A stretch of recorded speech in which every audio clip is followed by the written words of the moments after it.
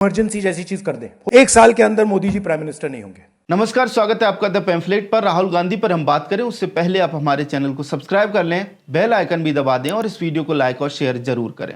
दोस्तों, राहुल गांधी का कहना है कि मोदी जी 1 साल के अंदर प्राइम मिनिस्टर नहीं रहेंगे। सवाल यह है कि उन्हें कैसे पता। मोदी जी लोकतांत्रिक तरीके से 5 साल के लिए प्रधानमंत्री चुने गए। देश की जनता ने अपने वोट से चुना है, फिर वे किस आधार पर कह रहे हैं कि मोदी जी प्राइम मिनिस्टर नहीं रहेंगे? क्या उनके पास कोई टूल किट पहुंची है जिसमें ये बात लिखी है कि 1 साल में हम रिजीम चेंज ऑपरेशन करके मोदी जी को हटा देंगे, और अनजाने में राहुल गांधी ने वो टूल किट लीक कर दी? निश्चित तौर पर यह सवाल राहुल गांधी से पूछा जाना चाहिए। इसलिए भी पूछा जाना चाहिए क्योंकि देश में इस समय जिस तरह की परिस्थितियां दिखाई दे रही हैं, उनका संकेत यही है कि रिजीम चेंज ऑपरेटर्स के टारगेट पर अब भारत है और वे भारत में भी अराजकता फैलाने की योजना बना रहे हैं। आप विचार कीजिए, एक तरफ कॉकरोच जनता पार्टी के नाम पर आम आदमी पार्टी और कांग्रेसी इकोसिस्टम के सिपाही जैन जी को सड़क पर उतारने के प्रयास में लगे हैं। उसी समय राहुल गांधी कहते हैं कि 1 साल में मोदी जी प्राइम मिनिस्टर नहीं रहेंगे। ये संयोग तो नहीं हो सकता। इसलिए सवाल उठता है कि क्या जो टूल किट कॉकरोचों के पास भेजी गई है, वही टूल किट राहुल गांधी के पास भी है? वैसे भी राहुल गांधी पहले भी कह चुके हैं कि वे इंडियन स्टेट के खिलाफ लड़ रहे हैं। We are now fighting the BJP, the RSS and the Indian state itself. Rahul Gandhi ने अपने इस बयान में एक बात और कही कि सरकार इमरजेंसी लगा सकती है। सवाल है कि क्या इसका अर्थ यह है कि राहुल गांधी और उनका इकोसिस्टम 1975 की इमरजेंसी से पहले जैसे जेपी आंदोलन चलाया गया था और जिस तरीके से अराजकता का माहौल दिखाई दे रहा था, क्या उसी तरह से अराजकता फैलाने की योजना राहुल गांधी और इनके इकोसिस्टम की है? ध्यान से समझिए, जब नेता विपक्ष और 22 साल से राजनीति में सक्रिय राहुल गांधी, जिनके कनेक्शन बार बार भारत विरोधी सोरोस समूह से जुड़ते हैं, वे जब इस तरह की बातें कहते हैं तो ऐसे ही नहीं कहते, बल्कि निश्चित तौर पर वे ऐसा कुछ जानते हैं जो शायद हम नहीं जानते। शायद कोई टूल किट उनके पास है जिसमें ऐसा कुछ लिखा गया होगा। निश्चित तौर पर ये अटकलें हैं। हम कोई दावा नहीं करते, लेकिन आप एक बार परिस्थितियों को देखिए। अभिजीत दीप के प्रोटेस्ट के नाम पर दिल्ली आ रहा है। अरविंद केजरीवाल अचानक से बहुत ज्यादा एक्टिव हैं। जैन जी से सड़कों पर आने का आह्वान कर रहे हैं। पूरी की पूरी लॉबी अचानक से एक्टिव हो गई और जैन जी को उकसाती और भड़काती दिखाई दे रही है। इसी बीच राहुल गांधी कहते हैं कि सरकार को इमरजेंसी लगानी पड़ेगी। भले ही इसके पीछे वे आर्थिक परिस्थितियों का हवाला देते हैं, लेकिन क्या उनका इशारा इस तरफ है कि देश में ऐसी अराजकता होगी कि इमरजेंसी लगानी पड़ेगी?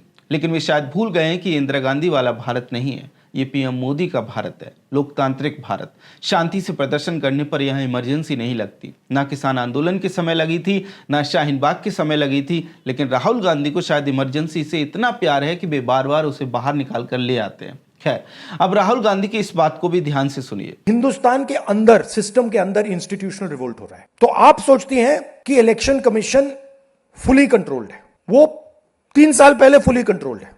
चीफ इलेक्शन कमिश्नर के मैसेजेस मेरे पास आ रहे हैं। Head of intelligence system, senior judiciary, सारों के सारे रिवोल्ट कर रहे हैं, इंफॉर्मेशन दे रहे हैं हमें। तो जो कंट्रोल का सिस्टम था एक तरफ से, वो कोलैप्स कर रहा है अंदर से, क्योंकि लोगों को दिख रहा है कि जनता का प्रेशर अब ऐसा भयंकर आएगा, अगर हम इस रास्ते पे चलते गए तो हमारे लिए रिस्क हो जाएगा। आप क्या सोचते हो, अगर जनता को मालूम है कि इलेक्शन सिस्टम रिग्ड है और जनता की मतलब इकोनॉमिक प्रेशर, गरीबी, दर्द के कारण जनता में गुस्सा आ गया, आप क्या सोचते हो कि इलेक्शन कमिश्नर को डर नहीं लगेगा कल क्या होने वाला है? तो अब क्या हो रहा है, सिस्टम अंदर से ऐसे हिल रहा है पूरा। और मैं आपको ये बता दूं कि मेरे पास इंफॉर्मेशन आ रही है, सिस्टम मुझे इंफॉर्मेशन दे रहा है मोदी जी के बारे में, शाह जी के बारे में, उनके बेटों के बारे में, मिनिस्टर्स के बारे में, अजीत डोवल के बारे में पूरा इंफॉर्मेशन है। धड़ाधड़ धड़ाधड़ धड़ाधड़ हमारे सिस्टम से आ रहा है। देखा आपने, राहुल गांधी ने कहा कि इलेक्शन कमीशन पर सरकार का कंट्रोल नहीं है। सबसे पहले राहुल गांधी यहां अपने ही लंबे प्रोपेगेंडा को कॉन्ट्राडिक्ट कर रहे हैं, क्योंकि वे लंबे समय से यही कहते आए हैं कि चुनाव आयोग पर सरकार ने कब्जा कर लिया है, और अब कहते हैं कि चुनाव आयोग पर सरकार का कोई कंट्रोल नहीं है। आगे वे कहते हैं कि मुख्य चुनाव आयुक्त के, हेड ऑफ इंटेलिजेंस के, सीनियर जुडिशरी के मैसेज उनके पास आ रहे हैं। सवाल सीधा है कि अगर राहुल गांधी के पास मैसेजेस आ रहे हैं तो वे उन मैसेजेस को पब्लिक क्यों नहीं करते थे? क्यों उन मैसेजेस को जनता के सामने नहीं रखते थे? दूध का दूध और पानी का पानी हो जाएगा। इससे तो राहुल गांधी को ही पॉलिटिकली फायदा होगा। वे जो कह रहे हैं उस बात पर मोहर भी लग जाएगी।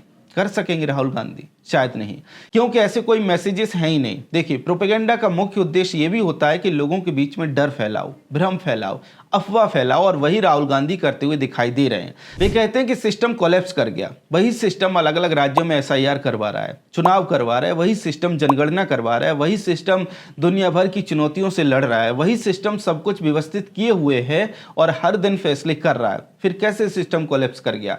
वे कहते हैं कि सरकार के खिलाफ लोगों में गुस्सा है। मजे की बात यह है कि जिस पार्टी की सरकार है, उस पार्टी ने पहली बार पश्चिम बंगाल जैसे बड़े राज्य में इतनी बड़ी चुनावी जीत के बाद सरकार बनाई है। उससे पहले उसी पार्टी ने बिहार में, दिल्ली में, हरियाणा में, महाराष्ट्र चुनाव में जीती है। सवाल यह है कि अगर लोगों में गुस्सा है, फिर वे उस दल को चुनावों में क्यों जिता रहे हैं? मित्रों, बात यह है कि पब्लिक में अगर गुस्सा होता तो बीजेपी चुनाव नहीं जीतती। गुस्सा पब्लिक में नहीं, बल्कि राहुल गांधी, कांग्रेसी वामपंथी इकोसिस्टम और विदेशों में बैठे भारत विरोधी इकोसिस्टम में है। गुस्सा इस बात का है कि कैसे एक ऐसी सरकार 15 साल से सत्ता में बैठी है जो उनके एजेंडे को लागू नहीं होने देती, उनकी विदेशी फंडिंग को रोक देती है, नक्सलियों को खत्म कर देती है, अर्बन नक्सलियों को किनारे लगा देती है, आतंकियों को खत्म कर देती है, 370 हटा देती है, मंदिरों को बनवा रही है, उन्हें सत्ता में भागीदार नहीं बना रही। सो असली दिक्कत यह है और इसी के कारण ये सब कुछ होता हुआ दिखाई दे रहा है। अगर ऐसा नहीं है तो राहुल गांधी के वो मैसेजेस पब्लिक डोमेन में रख देने चाहिए, लेकिन वे नहीं रखेंगे क्योंकि कोई मैसेजेस है ही नहीं। वीडियो खत्म करें उससे पहले एक अंतिम बात यह है कि हम सभी को एक नागरिक के तौर पर अलर्ट रहना होगा। जो कुछ हो रहा है उसे समझना होगा और पहचानना होगा। आपको समझना होगा कि इस देश में जो सत्ता को अपना जन्मसिद्ध अधिकार समझते थे, वे पिछले 12 साल से सत्ता से बाहर हैं। ऐसे में इस तरह के डर और अफवाह फैलाने के पीछे सीधे सीधे एक ही उद्देश्य दिखाई देता है, सरकार को अस्थिर करने का प्रयास। खैर, राहुल गांधी के बयान को लेकर आपका क्या कहना है कमेंट सेक्शन में हमें जरूर बताएं। अगर आपको हमारा कंटेंट पसंद आता है तो हमारे चैनल को सब्सक्राइब भी कर लें। जय हिंद।